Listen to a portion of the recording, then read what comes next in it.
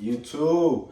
I'm going to be talking in this video about the most underrated women's UFC fighters in the Bantamweight division. My first underrated women's UFC fighter, a lot of you guys might already know her, is going to be Norma Dumont. The reason I think she is still underrated is because I believe Norma Dumont could possibly be the next champion. You have Juliana Pena, you have Pennington, you have Kyla Harrison, you have a few girls, the Macy Chiasson girl. You have a few that are up there and are good. But the one thing I can say about Norma Dumont, she's shown, especially in her last few fights, is that one, she has really good cardio. She can fight to a decision. She can get a win off of points. She can stay out of trouble. That's a very important quality to have as a champion, especially whenever you're at the later stages or middle stages in your career. Yes, it's good to have a whole bunch of finishes, but whenever you face these really difficult and experienced opponents, there are certain people that are just not easy to submit. Whenever you're fighting women, they're not knocking each other out every second. You know, they're keeping themselves out of trouble. The most you'll see for the most part are submissions from women or a lot of decision fights. So her going to a lot of decisions is definitely respectable. And I would say it's definitely a plus. She's shown that she is very good at being able to get a fighter down and laying on top of them and drowning them out. She's very heavy. She has very good groundwork, has very good control, and that helps in a lot of fights, especially if someone's beating you on the strike and you being able to take them down, use your size and not let them get up. Someone might be early on you, beating you early in the round, but after you get hit a few times in the face, you realize that's not what you want to do. You decide you want to wrestle.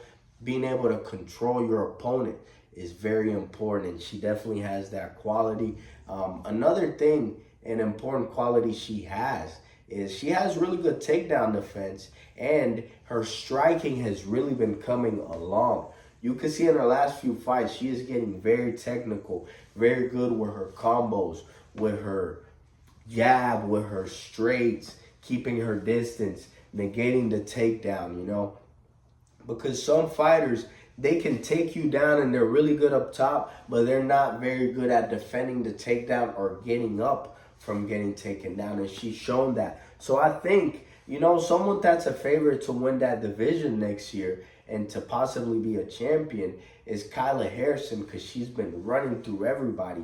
But I think someone like Norma Dumont could give Kyla Harrison a lot of trouble, because Kyla Harrison has shown, even though she's a monster, that she's not the best on the stand-up. If she can't get the fight to the ground against Norma Dumont might just tag her. So I personally think Norma Dumont could be the champion this year. That's an early prediction, and I think she will have a very good 2025. I'm going to be getting behind her in some of these fights and predictions. Another fighter that is up and coming, some might know her, some might not, is Jaqueline Cavalcanti. She is from Portugal, young girl. She's 8-1 currently. She's going to be fighting Julia Avila, which I spoke with in my last video about being one of the most underrated women's MMA fighters in that division currently.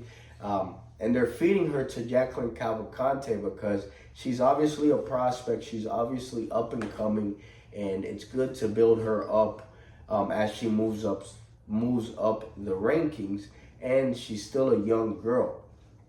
Jaqueline Cavalcanti has also shown that she has a well-rounded skill set. She can stand up, she can wrestle, she can get a decision, she can finish a fight. You don't need to be the biggest finisher whenever you're in women's MMA, because a lot of these fighters are keeping themselves out of trouble and preferring to go to a decision with you anyways. So she's gotten some big wins against the girl Jocelyn Nunez that just keeps coming forward, have been knocking everybody out, overhands. Being able to get a win on a girl like that, slow her down, keep your distance, keep it technical, and not let someone break you is very good, a very good, important quality to have as a UFC fighter, as a fighter, period. Another win she has 2 wins against Nora Corleone. She's a French girl. She's also in the UFC. That's her last win. She has now beat her twice. This time it was a split decision, a lot closer of a fight because they are both now at a higher level in their career. But she beat Nora in her first fight ever. So these girls have a history. As an up-and-comer, it is good to fight the same opponent twice, to beat the same opponent twice.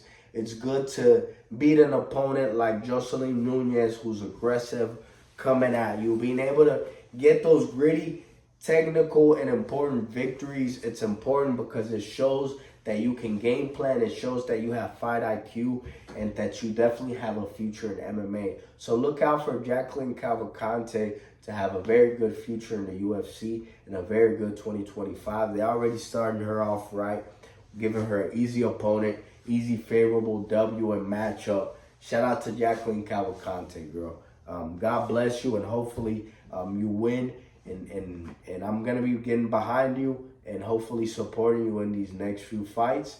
Another fighter that you guys probably know, also most likely don't know. Her name is Tainara Lisboa. Tainara Lisboa is a very good Muay Thai kickboxing fighter that has gotten over to mixed martial arts and in the UFC, and now in her later stages of her career. She's 33 years old, but she has previous kickboxing and Muay Thai fights against Valentina Shevchenko. I believe she's fought her twice in her career. Valentina Shevchenko is arguably the best woman's fighter of all time. Her and Amanda Nunes, she might come in right under Amanda Nunes because Amanda Nunes does have 2 victories on her in the books. Some will say Valentina Shevchenko and Amanda Nunes are 1-1 and that she did beat her once. But I can tell you that the girl Tainara Lisboa, having fought someone like Valentina Shevchenko, having fought very high-level kickboxing and Muay Thai opponents, and now at a high level in the UFC, she is going to have a very good year in next few years.